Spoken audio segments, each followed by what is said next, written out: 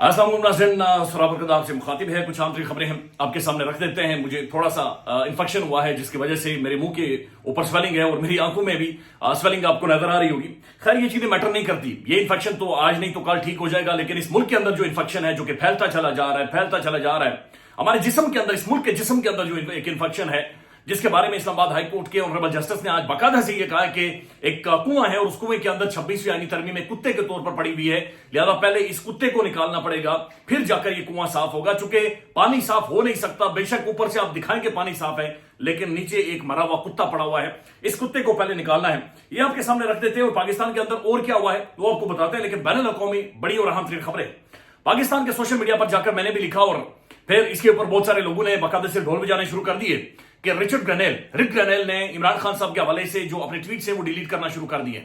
और बहुत सारे ट्वीट्स हैं जो खान के हक में तकरीबन दर्जन से ज्यादा ट्वीट्स रिचर्ड ग्रेनेल ने किए थे, वो उन्होंने डिलीट कर दिए हैं। तो इसके अंदर सदाकत कितनी है, हकीकत कितनी है, जब इसको जाकर देखा, एक एक चीज को पढ़ा, और खासतौर पर दिसंबर के अंदर जो रिचर्ड ग्रेनेल ने ट्वीट किए हुए हैं, जो इमरान खान के ऊपर उसकी स्टेटमेंट्स हैं, उनको देखा तो हकायक क्या है वो आपके सामने रखते हैं। लेकिन उससे भी पहले जो बैनुल अक़वामी इस वक्त खबर बनी हुई है, पूरी दुनिया में खबर बनी हुई है, वो खबर यह है कि डोनाल्ड जे ट्रंप ने, अमेरिकन प्रेसिडेंट ने, हमारे पड़ोसी मुल्क नरेंद्र मोदी को टेलीफोन कॉल की है। और टेलीफोन कॉल करने के बाद वहां पर गुफ्तगू और बातचीत हुई है। बल्कि इसके बारे में जो रॉयटर्स है वो लिख रहा है कि Donald Trump stressed the importance of India buying more American made security equipment and moving towards a fair bilateral trading relationship in a phone call with the Prime Minister Narendra Modi. The White House called a productive call. White House ये कह रहा है कि productive call Narendra Modi की और Donald J Trump की telephone call हुई है, एक कन्वर्सेशन हुई है। अंदाजा लगा लें, हम सारी जिंदगी इंडिया के साथ मशरती उलूम के अंदर कंपैरिजन करते रहे, हमारी जंगें इंडिया के मुकाबले में बढ़ा चढ़ा कर बयान की जाती रही, हमारा तज्जिया, हमारी फिल्में, हमारे ड्रामे, हमारी सोच बाकायदा से एक इंडिया के साथ कंपैरिजन में हमेशा से इंडिया के सामने हम खड़े हो जाते थे। लेकिन आज इंडिया कहां पर स्टैंड कर रहा है और हम कहां पर स्टैंड कर रहे हैं कि एक तरफ खबर यह है कि रॉयटर्स या बैनुल अक़वामी मीडिया रिपोर्ट कर रहा है कि डोनाल्ड ट्रंप की जो नरेंद्र मोदी हैं उनके साथ टेलीफोनिक बातचीत हुई है, कन्वर्सेशन हुई है। यह बात ध्यान में रखें कि डोनाल्ड ट्रंप जब से उन्होंने इख्तियार संभाला है, यह सबसे अहम तीन, सबसे ज्यादा इंपॉर्टेंट, या फिर मोदी वो बंदा बन गया है कि सबसे पहले जिन लोगों को डोनाल्ड ट्रंप ने वेलकम किया है, जिनके साथ बातचीत की है, गुफ्तगू की है, एक लंबी प्रोडक्टिव कॉल की है, वो नरेंद्र मोदी के साथ की है। और इंडिया को अमेरिका किस तरीके से देख रहा है, और पाकिस्तान के हवाले से जो बड़ी खबर यह है कि अमेरिका ने तस्दीक कर दी है कि उन्होंने पाकिस्तान की तमाम तर इमदाद बंद कर दी है, तमाम तर मामलात या धमड़ी या जो भी माल था उसे हमने रोक दिया है। तो एक तरफ तो बैनुल अक़वामी तौर पर ये सारी डेवलपमेंट्स हो रही हैं, खबरें हो रही हैं कि दुनिया इस सारे मौके को कैपिटलाइज कर रही है, डोनाल्ड ट्रंप आया है, वर्ल्ड ऑर्डर चेंज हो रहा है, तब्दील हो रहा है, उस तरफ देख रहे हैं। और यहां पर शादिया ने हुकूमत भी बचा रही है और सारे बचा रहे हैं। और शादिया ने यह बचा रहे हैं कि रिचर्ड ग्रेनेल ने जनाब अपने सारे ट्वीट्स डिलीट कर दिए हैं और रिक ग्रेनेल ने बहुत सारी चीजें तब्दील की हैं। अब यह हकायक के बरखिलाफ है। इसके ऊपर दो बड़े प्रोमिनेंट व्लॉग्स हुए हैं। एक वजाद सईद खान साहब ने रात को व्लॉग किया है और उन्होंने दो तीन वजूहात बताई हैं कि क्यों कुछ ट्वीट्स डिलीट हुए हैं। फिर इसके ऊपर आज मोहतरम ईसा नकवी साहब, one of the most prominent Pakistani journalist, और पाकिस्तान के फॉरेन ऑफिस पर मेरे ख्याल में हमारे जो एक रिपोर्टर्स के जर्नलिस्टों की लॉट है उनमें सबसे ज्यादा नॉलेज, इंफॉर्मेशन, वेल कनेक्टेड मोहतरम ईसा नकवी साहब होते हैं। लिहाजा उन्होंने भी इसके ऊपर बड़ा तगड़ा और जबरदस्त आज सुबह व्लॉग किया है, जिसके अंदर बहुत सारी चीजें उन्होंने वाजे की। उन्होंने डोनाल्ड ट्रंप की पॉलिसी के बारे में बताया है कि वो दुनिया को कैसे डील कर रहा है, किस बदमाशी के साथ उसने कोलंबिया को धमकी दी है और फिर वहां पर मामलात को आगे लेकर गया है। तो रिचर्ड ग्रेनेल के बारे में जो कहा जा रहा है कि ट्वीट डिलीट हुए, ऐसा हरगिज नहीं। चंद एक ट्वीट हैं जो कि अभी गायब हैं, जो कि नजर नहीं आ रहे, जो कि बाज़ाहिर महसूस होता है कि एक टेक्निकल ग्लिच है, उस वजह से आपको नजर नहीं आ रहे। रिचर्ड ग्रेनेल ने कोई 20 से 22 ट्वीट इमरान खान साहब के हवाले से किए, और ये 20 से 22 वो ट्वीट्स हैं जिनके अंदर तकरीबन 8 से 10 वो ट्वीट्स हैं जिनके ऊपर रिचर्ड ग्रेनेल ने खुद लिखा है या खुद कहा है कुछ, और बाकी बहुत सारे ट्वीट्स वो थे जिन्हें रीट्वीट किया है या जो किसी और की स्टेटमेंट थी तो रिचर्ड ग्रेनेल उन्हें रीट्वीट किए हुए जाते जा रहा था। अब ये 24 दिसंबर 2024 का एक ट्वीट है जो रिचर्ड ग्रेनेल के इस वक्त अपने अकाउंट के ऊपर मौजूद है। रिचर्ड ग्रेनेल लिखते हैं, ये टैमी ब्रूस ने जब देखा कि अमेरिका को खासी कंसर्न है जो सिविलियंस का मिलिट्री ट्रायल हो रहा है, रिचर्ड ग्रेनेल ने लिखा कि यू आर टू लेट, आप बहुत ज्यादा लेट है, and this is too little and too weak, ये बहुत कमजोर है, ये बहुत थकी हुई स्टेटमेंट है, speak normally, free Imran Khan, आराम से कहें और इमरान खान को रिलीज कर दें। तो ये ट्वीट ये रिचर्ड ग्रेनेल का मौजूद है। एक और ट्वीट है रिचर्ड ग्रेनेल का जहां पर वो लिख रहा है हकीकी आजादी, फ्री इमरान खान, ये उसके अकाउंट के ऊपर मौजूद है। एक इंटरव्यू है रिचर्ड ग्रेनेल का और ये बड़ा अहम तरीन इंटरव्यू है, और ये इंटरव्यू उस वक्त हुआ था जब यहां पर पाकिस्तान के अंदर बहुत सारे चटवारी लिफाफी जो है وہ یہ کہنا شروع ہو گئے کہ یہ اس کا اکاؤنٹ ہی نہیں ہے, یہ ایک روبوٹ ہے, یہ جناب کوئی اور بندہ ہے, یا کوئی منڈی بہاؤدین کا بندہ بیٹھا ہوا ہے جو رچرڈ گرنیل کا اکاؤنٹ یوز کر رہا ہے. اس کے بعد ایک بین الاقوامی چینل کو اس نے انٹرویو دیا تھا, وہ آج بھی وہیں پر موجود ہے, اور اسی طرح ٹویٹ کے ساتھ موجود ہے کہ مائی اسٹیٹمنٹ آن عمران خان, یہ وہاں پر موجود ہے. شری جو رحمان صاحبہ ہیں ان کے حوالے سے رچرڈ گرنیل کا ٹویٹ کہ آپ نے پیسے کھائے اور آڈٹ ہونا چاہیے وہاں پر موجود ہے. پاکستانی امبیسڈر سے وضاحت خواجہ آصف کی سٹیٹمنٹ اور دھمکیوں کے اوپر, وہ بھی اپنے جگہ کے اوپر موجود ہے. تو ان سارے ٹویٹس کو اگر آپ دیکھیں تو تقریباً 20-22 جو اس نے ٹویٹ کیا ان میں سے 17-18 تو اپنی جگہ پر موجود ہے. تو اس کا مطلب یہ ہوا کہ پالیسی شفٹ نہیں آیا, ایک چینج نہیں ہے, اور دوسرا پالیسی شفٹ آ نہیں سکتا. جب آپ ایک پبلک سٹیٹمنٹ دے دیتے ہیں آپ پیچھے نہیں ہٹ سکتے, یعنی ایسا نہیں ہو سکتا چونکہ ہم خود فراڈی ہیں, ہم دنیا بھر میں دھوکہ دہی کرتے ہیں, ہم جھوٹ بولتے ہیں, ہم دنیا کو چونا لگاتے ہیں. بلکہ مجھے وہ سٹیٹمنٹ یاد آ رہی تھی آج, سلیم صافی صاحب نے کہا کہ عمران خان نے یہ جو پرچہ لہرایا ہے یہ سائفر نہیں ہے. سلیم صافی صاحب نے کہا کہ اگر کوئی بھی ایسا سائفر پاکستان میں آیا ہو تو میں صحافت چھوڑ دوں گا.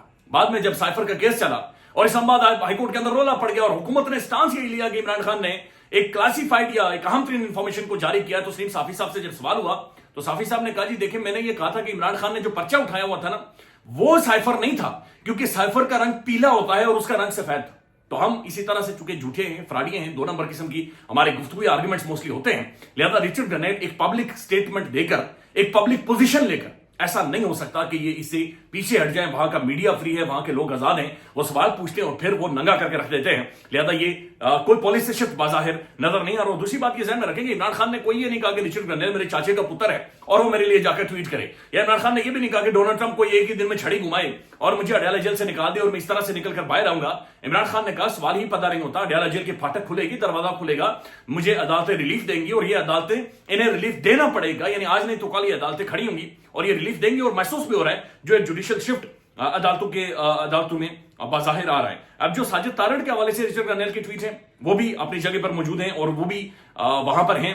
پھر جو اور بہت ساری چیزیں ہیں وہ بھی اپنی جگہ پر موجود ہیں. تو جو بظاہر ایک بیانیہ بنایا جا رہا تھا کہ ایک پالیسی شفٹ آیا یا محسن نقوی صاحب نے وہاں پر جا کر کوئی جادوگر کوئی جادو کی چھڑی گھمائی ہے, تو ایسا کچھ بھی نہیں ہوا.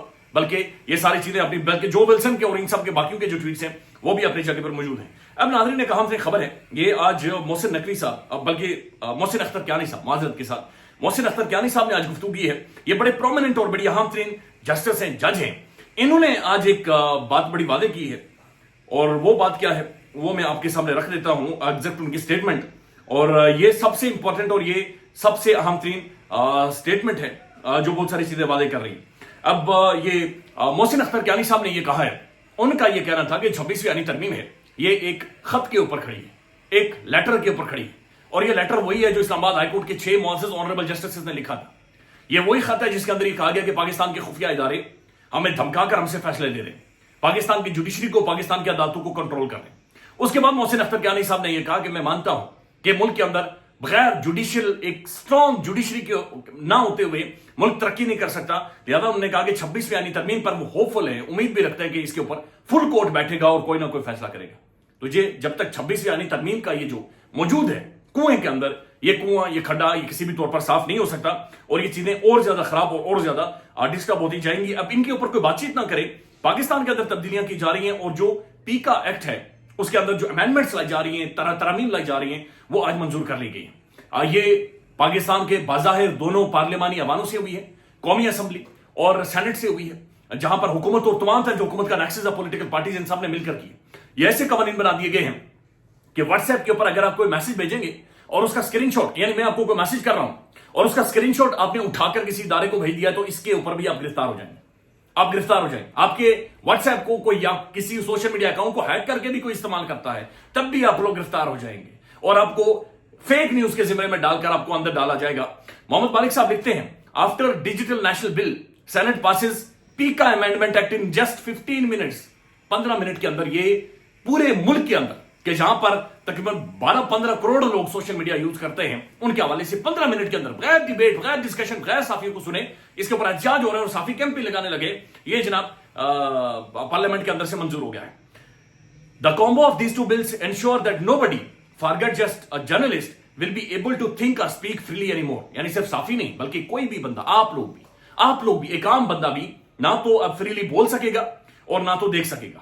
The only hope now lies with the President Zardari to send the bill back to the reconsideration and force government into कि जनाब वो कहते हैं कि होपफुल है कि जरदारी साहब इसे वापस भेजेंगे कमेटी के पास या ऐवान के पास, तो और फोर्स भी करेंगे कि जर्नलिस्टों के साथ या साथियों के साथ मिलकर इसके अंदर काफी सारी चीजें खत्म करें और उसके बाद दोबारा से इसे लेकर आए, लेकिन ऐसी उम्मीद रखना मेरे ख्याल में एक वक्त का दया है, इसके अलावा कुछ नहीं.